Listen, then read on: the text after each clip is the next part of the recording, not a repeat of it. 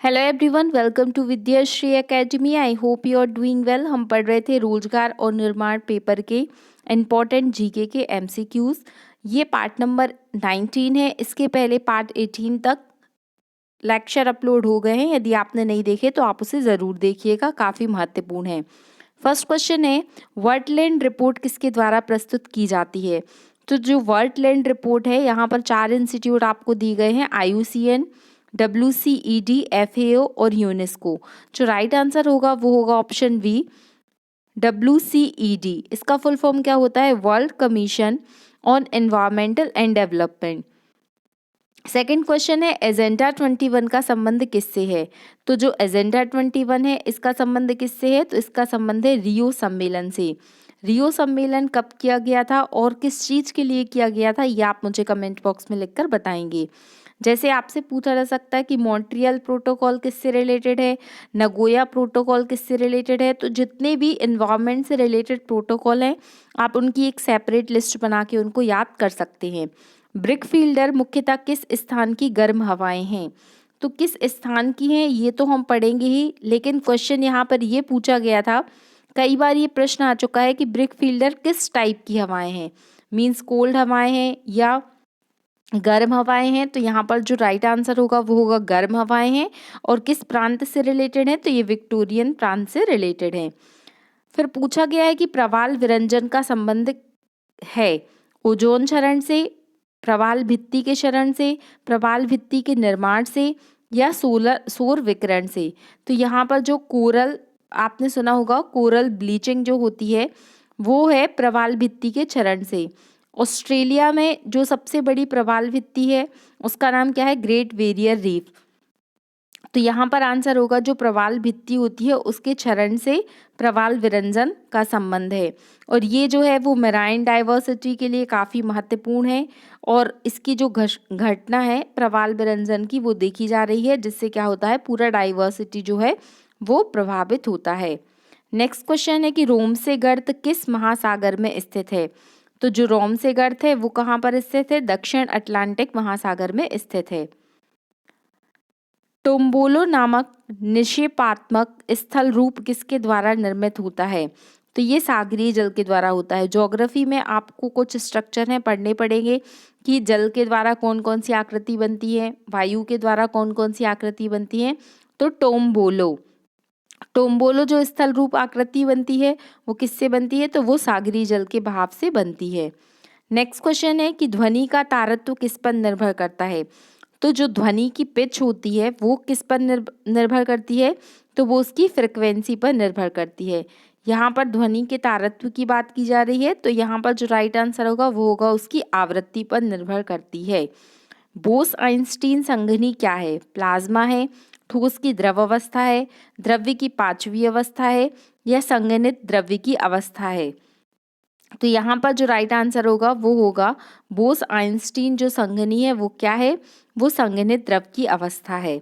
फिर एनिएक का full form आपसे पूछा है, कंप्यूटर से रिलेटेड प्रश्न है, पूछा भी गया है काफ़ी एग्जाम में।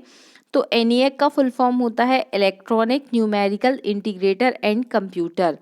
यहाँ पर जो राइट आंसर होगा वो होगा option B, electronic numerical integrator and computer. तो कंप्यूटर से रिलेटेड जितने भी एब्रीविएशन है उनको आपको याद करना पड़ेगा, क्योंकि उनके क्वेश्चन आपसे पूछे जाएंगे। जैसे आपसे पूछा सकता है CPU का फुल फॉर्म क्या है, रैम का फुल फॉर्म क्या है, रोम का फुल फॉर्म क्या है। तो ये एक आप सेपरेट लिस्ट बना के इसको याद कर सकते हैं। प्लास्टर ऑफ पेरिस का रासायनिक नाम क्या है? ऑप्शन दिए गए हैं, calcium hydroxide, calcium carbonate, calcium sulphate hemihydrate या नन ऑफ दीज।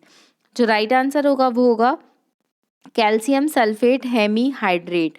तो यहाँ पर प्लास्टर ऑफ पेरिस ये होता है CaSO4 और यहाँ पर क्या होगा? हाइड्रेट, मतलब यहाँ पर वाटर भी ऐड होगा। आपसे पूछा जा सकता है कि जो NaCl होता है ये क्या कहलाता है? सोडियम क्लोराइड कहलाता है। HCl है ये क्या कहलाता है? तो हाइड्रोक्लोरिक एसिड कहलाता है। और जो हर एग्जाम में आते हैं सोडियम कार्बोनेट और सोडियम बाइकार्बोनेट। सोडियम कार्बोनेट और सोडियम बाइकार्बोनेट के फॉर्मूले यदि आपको पता है तो आप कमेंट बॉक्स में लिखकर बताइएगा। नेक्स्ट क्वेश्चन है, न्यूक्लियर रिएक्टर में मंदक एवं प्रशीतक का कार्य करने वाला कौन सा पदार्थ होता है? तो जो हैवी वाटर होता है, भारी जल होता है, वो न्यूक्लियर रिएक्टर में एज अ प्रशीतक यूज़ किया जाता है। और भारी जल को हम कैसे रिप्रेजेंट करते हैं? तो D2O के द्वारा भारी जल को रिप्रेजेंट किया जाता है। फिर आर्गन गैस के किस गुण के कारण उसका यूज़ जो है वो आर्क वेल्डिंग में किया जाता है? उसका ऊष्मीय मान उच्च होता है, धातु के साथ जो है वो उपक्रांतिकता कम हो जाती है, या ये बहुत ही उच्च ज्वलनशील होता है, या इसकी जो कंडक्टिविटी है वो चालकता है वो अधिक होती है। तो धातु के साथ इसकी जो उपक्रांतिकता है वो कम हो जाती है, इसीलिए आर्गन गैस का यूज़ वेल्डिंग में किया जाता है। जो बल्ब होते हैं उनका जो तार होता है उसको बनाने में क्या यूज़ किया जाता है? तो टंगस्टन यूज़ किया जाता है। हैदराबाद के निज़ाम और बालाजी बाजीराव के मध्य कौन सी संधि संपन्न हुई थी? तो हैदराबाद के निज़ाम और बालाजी बाजीराव के मध्य में कौन सी संधि हुई थी? तो वो हुई थी झलकी की संधि। पुरंदर की संधि कब हुई थी? आप मुझे कमेंट बॉक्स में लिखकर बताएंगे। किश्तवाड़ नेशनल पार्क कहाँ पर स्थित है? तो जो किश्तवाड़ नेशनल पार्क है वो स्थित है जम्मू और कश्मीर में, इसको याद रखिएगा। हेमिश नेशनल पार्क जो है वो वर्तमान में कहाँ पर स्थित है, ये आप मुझे बता सकते हैं अगर आपको पता हो तो। मध्य प्रदेश सरकार ने जो सोलर एनर्जी के लिए ब्रांड एम्बेसडर बनाया है वो किसे बनाया है? तो मध्य प्रदेश सरकार ने सोलर एनर्जी के लिए ब्रांड एम्बेसडर बनाया है चेतन सोलंकी को। इन्हें सोलर मैन ऑफ MP भी कहा जाता है, सोलर मैन ऑफ इंडिया के नाम से भी जाना जाता है चेतन सोलंकी। कैलाश सत्यार्थी जी जो है इनका संबंध मध्य प्रदेश में कहाँ से है? तो इनका संबंध मध्य प्रदेश में विदिशा से है। इनको नोबेल पुरस्कार से सम्मानित किया गया और इनका जो NGO है उसका नाम क्या है? बचपन बचाओ, तो ये भी याद रखिएगा। विवेक सागर मध्य प्रदेश के खरगोन के खिलाड़ी हैं और इनका संबंध किससे है? तो ये हॉकी के बहुत ही फेमस प्लेयर हैं। नीरज चोपड़ा, नो डाउट इनको आप सभी जानते होंगे। विश्व खाद्य दिवस कब मनाया जाता है? 4 ऑप्शन दिए गए हैं, 16 अक्टूबर को, 16 नवंबर को, 16 सितंबर को या 20 दिसंबर को। तो जो राइट आंसर होगा वो होगा 16 जो अक्टूबर है उसको क्या मनाया जाता है? विश्व खाद्य दिवस मनाया जाता है। 16 सितंबर को एक बहुत ही महत्वपूर्ण दिन रहता है, वो होता है ओजोन डे, तो इसको भी आपको याद रखना है। माधवराव सप्रे पत्रकारिता संग्रहालय कहाँ पर स्थित है?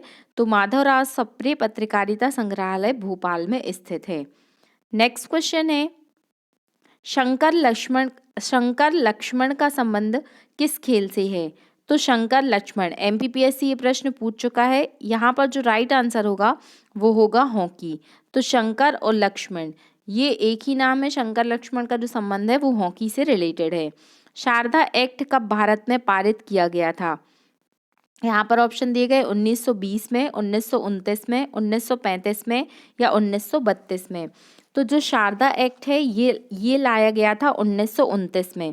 अब इसके पीछे की स्टोरी भी आपको पता होनी चाहिए और ये प्रश्न अभी करंट अफेयर में काफ़ी चर्चा में रहा, क्योंकि आपको शायद पता होगा कि जो लड़कियों की शादी की उम्र है वो वर्तमान में कितनी है? 18 वर्ष है और लड़कों की कितनी है? वो 21 वर्ष है।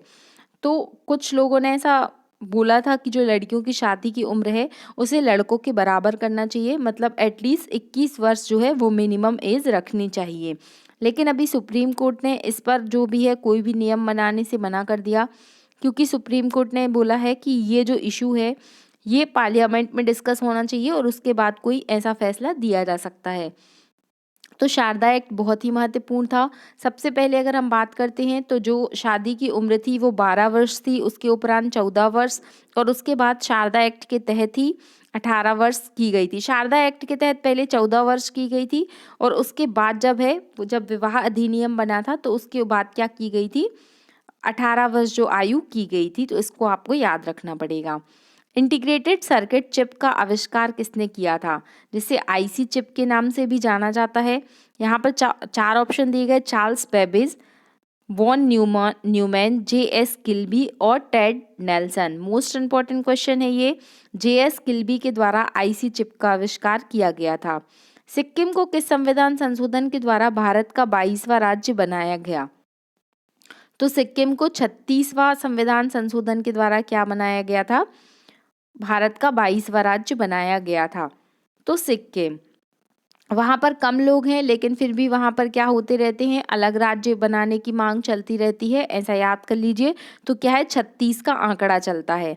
और ऐसे भी याद कर सकते हैं कि सिक्किम, अगर आप उसको कम, किसी व्यक्ति को भी कम सिक्के देंगे ना, कम सिक्के, सिक्किम मतलब कम सिक्के देंगे, तो वो क्या हो जाएगा, 36 का आंकड़ा चलेगा। ऐसा आप याद कर सकते हैं। और आपको अगर पहले से याद है तो बहुत ही अच्छी बात है।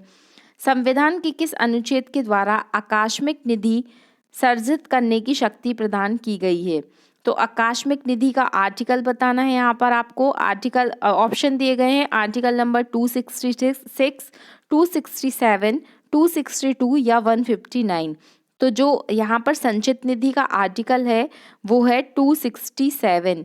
यहाँ पर आकस्मिक निधि सर्जित करने की शक्ति प्रदान की गई है, तो आर्टिकल नंबर 267 होगा। लेकिन संसद निधि का वर्णन किस आर्टिकल में है, ये आप मुझे कमेंट बॉक्स में लिखकर बताएंगे। 20 सूत्री कार्यक्रम की शुरुआत किस 5 ईयर प्लान के द्वारा की गई? 6वीं पंचवर्षीय योजना, 7वीं पंचवर्षीय योजना, 5वीं पंचवर्षीय योजना या 8वीं पंचवर्षीय योजना? ये प्रश्न भी पूछा गया है, महत्वपूर्ण है कि जो 20 सूत्री कार्यक्रम है इसकी शुरुआत 5वीं पंचवर्षीय योजना में की गई थी। तो याद रखिएगा, 5वीं पंचवर्षीय योजना में 20 सूत्री कार्यक्रम शुरू हुआ था। केंद्रीय शुष्क भूमि कृषि अनुसंधान केंद्र कहाँ पर स्थित है? तो ये हैदराबाद में स्थित है। तो ये कुछ महत्वपूर्ण प्रश्न थे जो कि रोजगार निर्माण जो पेपर आता है उसमें दिए गए थे। तो इसी तरीके से यदि आप इन क्वेश्चंस को रिवाइज करते जाते हैं और अपनी प्रैक्टिस चेक करते जाते हैं कि इसमें किस लेवल के क्वेश्चन पूछे गए हैं, आपसे बन रहे हैं कि नहीं बन रहे हैं, तो बस इन्हीं को आपको क्या करना है, सॉल्व करना है और अपनी प्रैक्टिस को बहुत अच्छा बनाना है। अगर आपको ये वीडियो अच्छा लग रहा है तो अपने फ्रेंड्स तक ज़रूर शेयर करें। पढ़ते रहिए, आगे बढ़ते रहिए। जय हिंद, जय भारत।